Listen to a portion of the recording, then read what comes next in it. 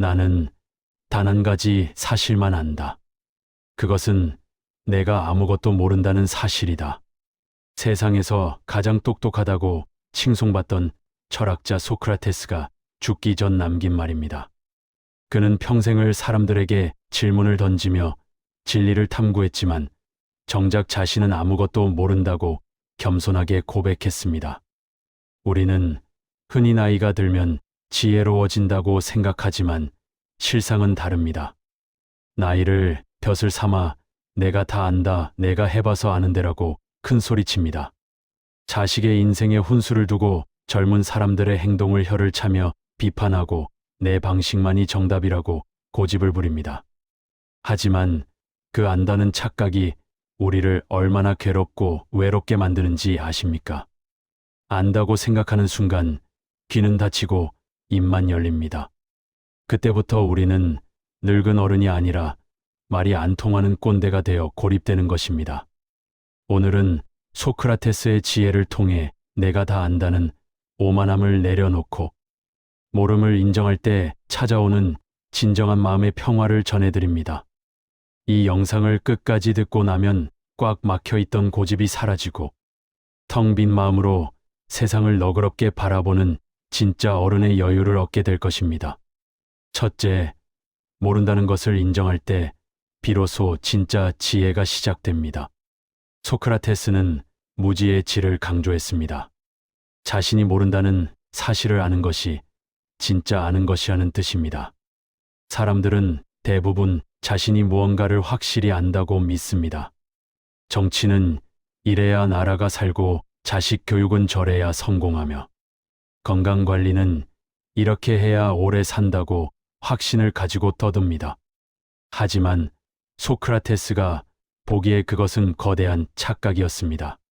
사람들은 자신이 경험한 아주 작은 세상을 마치 세상의 전부인 양 여기고 있었기 때문입니다. 우물 안개구리가 바다를 모르는 것은 죄가 아니지만 우물이 세상의 전부라고 우기는 것은 어리석음입니다. 나이 들어서 가장 경계해야 할 태도가 바로 이 확신입니다. 꼰대라는 소리를 듣는 이유는 지식이 부족해서가 아니라 내가 틀릴 수도 있다는 사실을 절대 인정하지 않기 때문입니다. 내가 평생 이렇게 살아왔으니 이게 맞아라는 생각은 과거에 갇혀 있다는 증거입니다. 세상은 변했고 내가 아는 지식은 이미 낡은 것이 되었습니다. 모른다고 말하는 것을 부끄러워하지 마십시오. 오히려 다 아는 척하다가 무시당하는 것이 더 창피한 일입니다. 자식에게도 솔직하게 말하십시오. 세상이 많이 변해서 나는 잘 모른다. 내 생각이 궁금하구나. 나에게 좀 가르쳐 주렴. 내가 모른다는 것을 인정하고 질문을 던질 때 대화가 시작되고 관계가 부드러워집니다. 빈 그릇에만 물을 채울 수 있듯이. 내가 모른다는 것을 인정해야 새로운 지혜와 젊은 생각이 들어올 틈이 생깁니다. 그 틈으로 신선한 바람이 불어와 당신의 노년을 시원하게 만들 것입니다. 둘째, 악한 사람은 악해서가 아니라 몰라서 그런 것입니다. 우리는 살면서 나에게 상처 주는 사람을 만납니다. 무례하게 구는 며느리, 뒤통수를 치는 친구, 시끄럽게 구는 이웃을 보면 화가 치밀어 오릅니다. 도대체 저 인간은 왜 저럴까 원망하며 밤잠을 설치고 복수를 꿈꾸기도 합니다. 하지만 소크라테스는 말합니다. 악행은 무지에서 나온다. 그가 무엇이 올바른지 진정으로 알았다면 결코 그런 행동을 하지 않았을 것이다. 소크라테스는 자신을 억울하게 사형에 처하게 만든 사람들조차 미워하지 않았습니다. 그들이 타고난 악당이라서가 아니라 무엇이 선이고 무엇이 악인지 구별할 줄 모르는 무지하고 불쌍한 사람들이라고 생각했기 때문입니다. 마치 어린아이가 불이 뜨거운 줄 모르고 손을 대는 것과 같습니다. 아이가 멍청해서가 아니라 몰라서 그런 것입니다.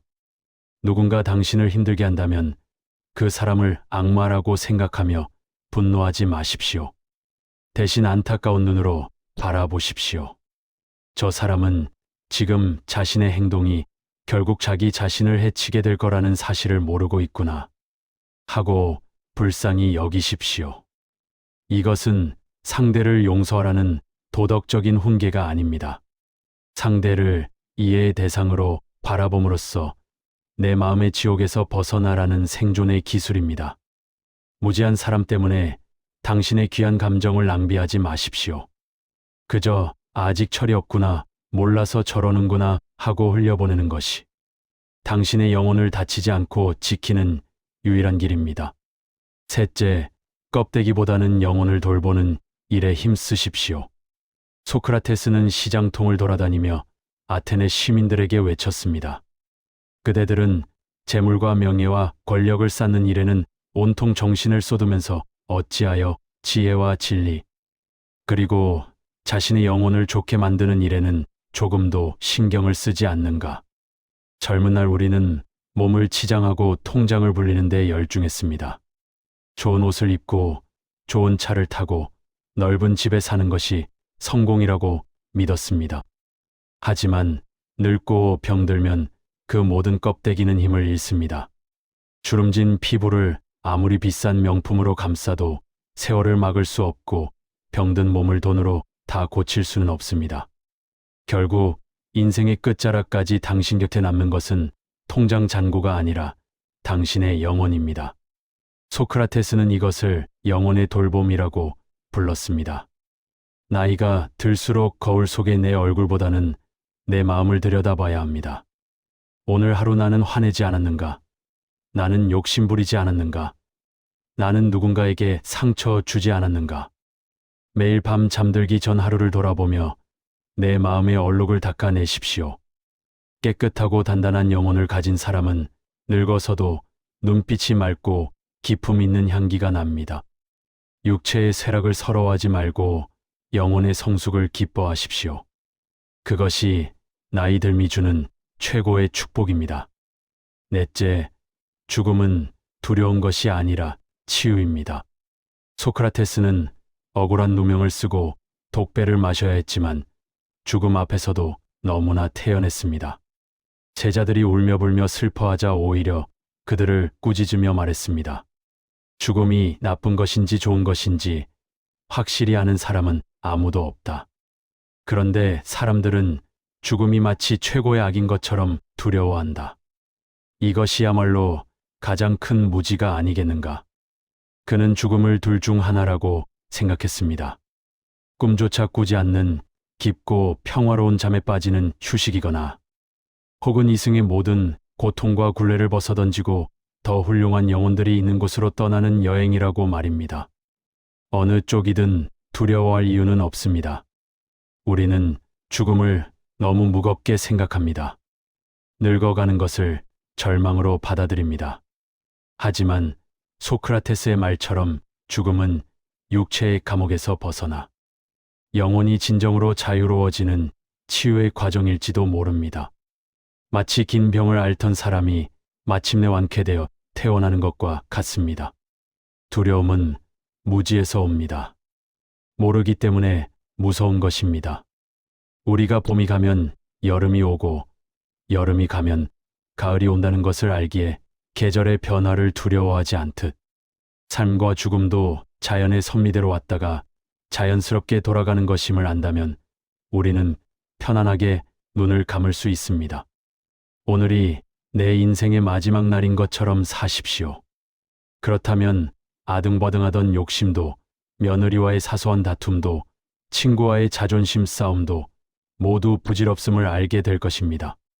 마지막으로 소크라테스는 독배를 마시기 직전 친구 크리톤에게 이렇게 말했습니다. 크리톤, 나는 의술의 신 아스크레피오스에게 닭한 마리를 빚졌다네. 자네가 잊지 말고 갚아주게나. 이게 무슨 뚱딴지 같은 소리일까요? 당시 그리스 사람들은 병이 나으면 의술의 신에게 닭을 바치며 감사 기도를 올렸습니다. 소크라테스는 삶이라는 고단하고 긴 투병 생활을 끝내고 죽음을 통해 진정한 건강과 자유를 되찾게 되었으니 신에게 감사 제물을 바쳐달라고 부탁한 것입니다. 그에게 삶은 고단한 훈련이었고 죽음은 완벽한 치유였습니다. 이제 당신의 어깨를 짓누르던 무거운 짐을 내려놓으십시오. 다 알아야 한다는 강박도, 내가 옳다는 고집도, 죽음에 대한 막연한 공포도 모두 내려놓으십시오. 나는 아무것도 모릅니다. 이 한마디를 인정할 때 당신의 마음속에는 비로소 시원한 바람이 불어오고 그 어떤 것에도 얽매이지 않는 자유가 찾아올 것입니다. 지금까지 인생을 부탁해였습니다.